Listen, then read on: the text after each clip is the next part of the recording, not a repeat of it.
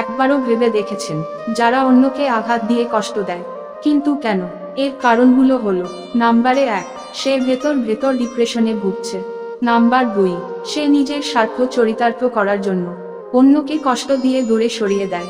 Number 3, তার জীবনে এমন কোন ঘটনা ঘটেছে যা এখনো ভুলতে পারিনি। নাম্বার 4, দাঁড়ি নিজেকে সকলের থেকে আড়াল করার জন্য।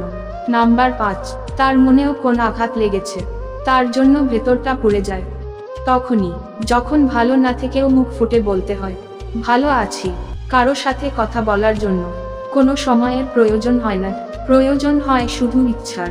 চুপ থাকতে চেষ্টা করুন, দেখবেন একদিন আপনার সাথে যে খারাপ ব্যবহার করেছে সেও একদিন আপনার পায়ে এসে পড়বে।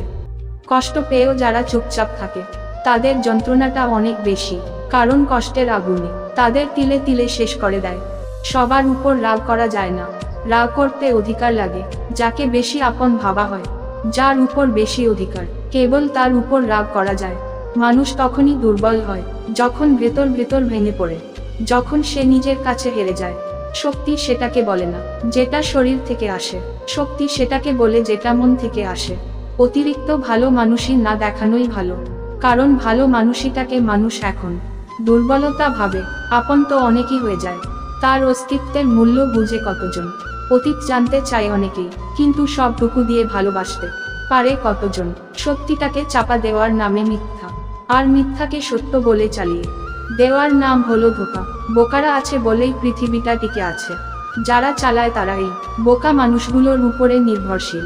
বোকারা নিঃস্বার্থভাবে কাজ করে যায়, আর চালাক মানুষেরা সেই ক্রেডিট নিজের নাম করে চালিয়ে দেয়।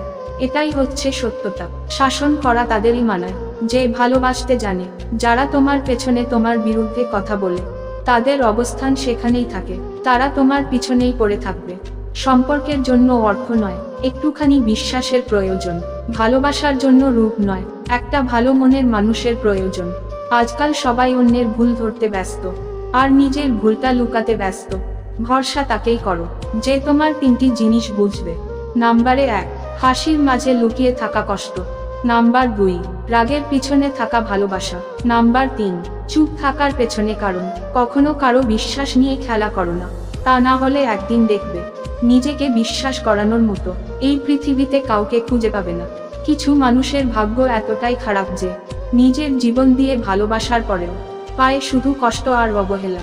কারো কাছে তুমি নগণ্য, কারো কাছে হবে জঘন্য, আবার কারো কাছে হবে অনন্য।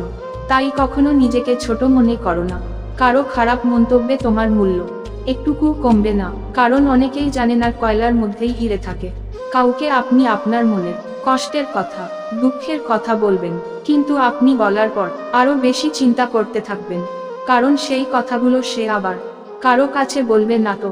তাই কখনো আপনার মনের কষ্টের কথা, দুঃখের কথা কারো কাছে প্রকাশ না করে একমাত্র ঈশ্বরের কাছে করুন, দেখবেন নিজেকে অনেক হালকা মনে হবে।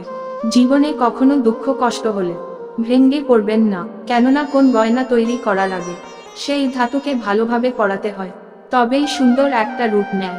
তাই জীবনের দুঃখ কষ্টগুলো আপনাকে সঠিক মানুষ তৈরি করার জন্য আসে, ভেঙে পড়ার জন্য নয়। 5 বছরের ছোট বাচ্চাদের দেখেছেন, তারা একটু কষ্ট পেলে চিৎকার করে, কান্না করে, কিছু সময় পর খুব হাসি খুশি।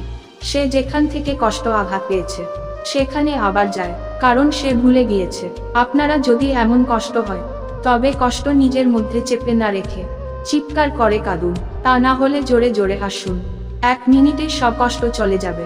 একটু ভেবে দেখুন, মনের দিক থেকে সহজ সরল মানুষগুলোই বেশি আঘাত ও কষ্ট পায়। এই মানুষগুলোকে যারা কষ্ট দেয় তারা কিন্তু একটা সময় সব থেকে বেশি কষ্ট পায়। ভিডিওটি শেষ পর্যন্ত দেখার জন্য আন্তরিক অভিনন্দন ও ধন্যবাদ। ভিডিওটিতে বলা কথাগুলোর মধ্যে আপনার কোনটা বেশি ভালো লেগেছে সেটা কমেন্ট করে জানান, একটা লাইক দিন।